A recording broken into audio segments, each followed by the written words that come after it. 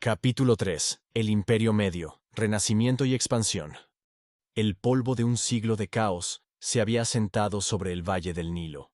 El glorioso imperio antiguo, con sus faraones dioses y sus montañas de piedra, no era más que un eco lejano, una leyenda susurrada en una tierra fracturada.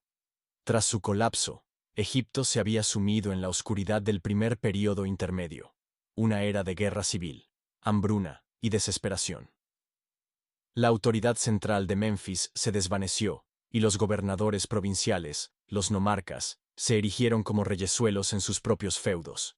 El país se partió en dos, con una dinastía gobernando desde Heracleópolis en el norte, y otra, más vigorosa y ambiciosa, surgiendo en el sur, desde la ciudad de Tebas. Durante generaciones, estas dos casas lucharon por el control de las dos tierras, hasta que un rey tebano, Mentuhotep II, logró la hazaña que parecía imposible. Aplastó a sus rivales del norte, y una vez más, unificó Egipto bajo una sola corona. Con su victoria, el velo de la oscuridad se rasgó, y dio comienzo a una nueva era de esperanza, un renacimiento que la historia conocería como el Imperio Medio. El verdadero apogeo de esta nueva era, sin embargo, llegaría con la 12ª dinastía, fundada por un hombre de extraordinaria astucia política, Amenemhat I. Originalmente el visir del último rey de la dinastía anterior, Amenemhat ascendió al trono en circunstancias inciertas, probablemente aprovechando un vacío de poder. Demostró ser un gobernante pragmático y enérgico, consciente de las debilidades que habían destruido el imperio antiguo.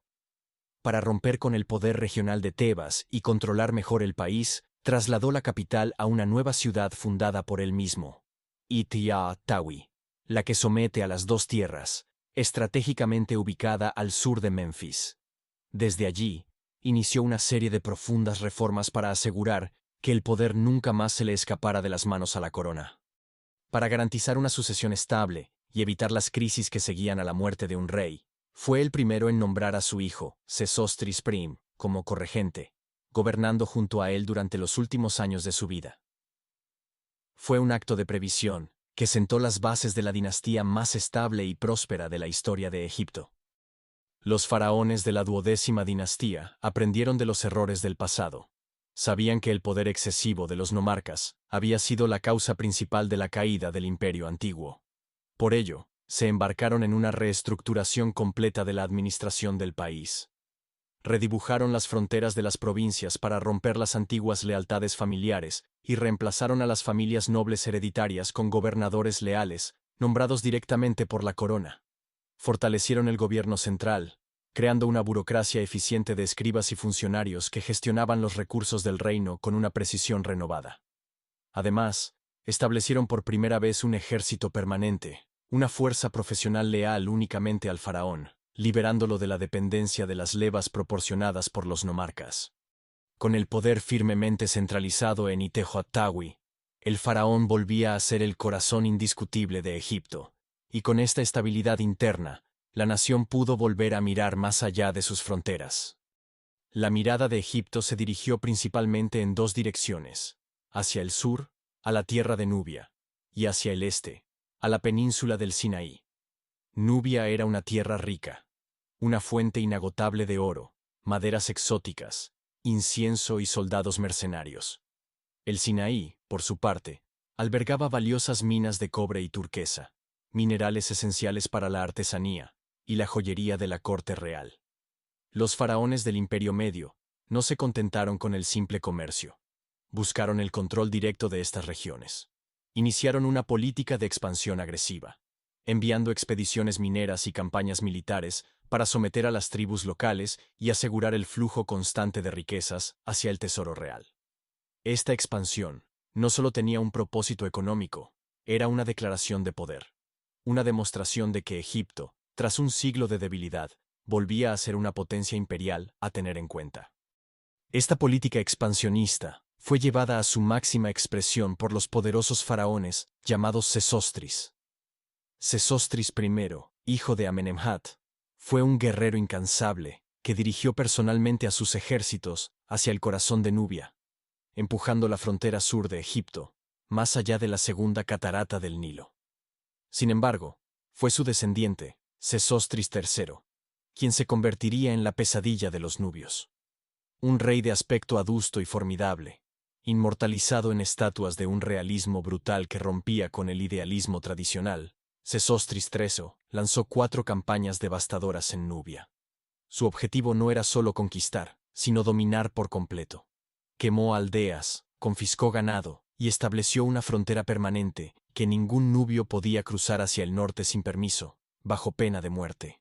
Su brutalidad era una calculada política de terror, diseñada para aplastar cualquier conato de resistencia y asegurar el dominio egipcio durante generaciones.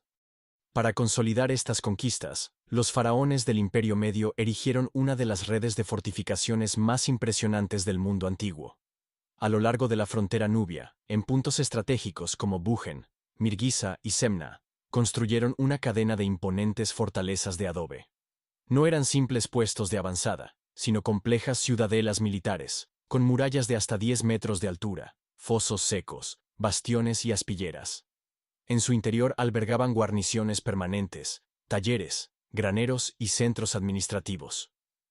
Estas fortalezas funcionaban como un muro impenetrable, controlando el tráfico fluvial en el Nilo y sirviendo como bases para patrullas militares y expediciones comerciales. Eran la manifestación física del poder egipcio, un símbolo intimidante de su voluntad de hierro, construido con el barro del Nilo bajo el sol abrasador de la frontera más remota y peligrosa del reino. La paz y la prosperidad traídas por la 12ª dinastía no solo financiaron ejércitos y fortalezas, sino que también cultivaron un extraordinario florecimiento cultural. El Imperio Medio es considerado la edad clásica de la literatura egipcia. La confianza en la identidad nacional y una nueva introspección sobre la condición humana dieron lugar a obras de una profundidad y sofisticación nunca antes vistas. La obra maestra de este período es, sin duda, la historia de Sinué, un relato épico sobre un funcionario de la corte que huye de Egipto tras el asesinato de Amenemhat Pinrewi. Su exilio lo lleva a través de Siria y Palestina, donde vive grandes aventuras, pero su corazón siempre anhela regresar a su patria.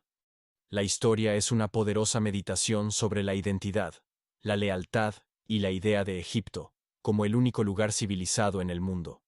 Junto a esta obra, surgieron otros géneros, como los textos de sabiduría, que ofrecían consejos morales, y las profecías, que a menudo servían como propaganda política para legitimar el poder de la dinastía reinante. La vida religiosa también experimentó una transformación significativa. Los reyes tebanos que habían reunificado el país trajeron consigo a su dios local, Amón, una deidad del aire hasta entonces poco conocida. Al establecer su poder, elevaron a Amón al panteón principal, fusionándolo ingeniosamente con el dios sol del imperio antiguo, Ra. Así nació Amón-Ra, el rey de los dioses, una deidad suprema que combinaba el poder creador de Ra con el misterio invisible de Amón.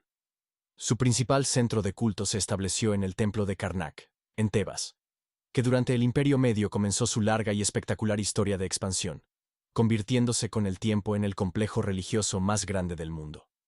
Los faraones se presentaban como hijos de Amón-Ra, legitimando su gobierno a través de esta nueva teología de Estado, que dominaría la vida religiosa egipcia durante los siguientes 1500 años. Sin embargo, la devoción a Amón-Ra no eclipsó el culto a otras deidades importantes que conectaban con la vida cotidiana del pueblo. Hathor, la diosa del amor, la música, la alegría y la maternidad, continuó siendo una de las divinidades más queridas. Era la patrona de los mineros del Sinaí, quienes la veneraban como la Señora de la Turquesa, y sus templos atraían a peregrinos de todo el país en busca de sus bendiciones. Por otro lado, la compleja burocracia que administraba el reino dependía de la figura de Tot, el dios con cabeza de ibis, patrón de la escritura, la sabiduría y el conocimiento. Tot era el secretario de los dioses, el inventor de los jeroglíficos y el guardián de los registros sagrados. Los escribas, que formaban la columna vertebral de la administración egipcia, lo consideraban su deidad protectora, y su influencia fue fundamental en una era que valoraba tanto la palabra escrita. Pero ninguna edad de oro es eterna.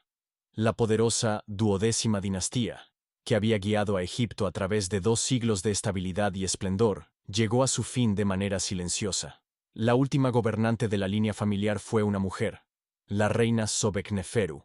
quien reinó durante unos pocos años antes de morir sin un heredero claro. Su muerte rompió la cadena de sucesiones fluidas que había sido la clave del éxito de la dinastía. La 13ª dinastía que la siguió fue una sombra de su predecesora, una rápida sucesión de reyes débiles con reinados efímeros que no lograron mantener el férreo control central. El poder comenzó a desmoronarse desde dentro. Los gobernadores provinciales volvieron a ganar autonomía y la maquinaria administrativa, una vez tan eficiente, empezó a fallar. Mientras la autoridad de Ichetawi se debilitaba, una nueva amenaza comenzaba a gestarse en el noreste, en la región del Delta. Grupos de inmigrantes de origen asiático, a los que los egipcios llamarían más tarde los Hyksos, se habían estado asentando allí durante generaciones, y ahora, observando el creciente vacío de poder en el corazón de Egipto, esperaban su oportunidad. La era del Renacimiento estaba llegando a su fin, y el escenario estaba listo para una nueva invasión y otro periodo de caos.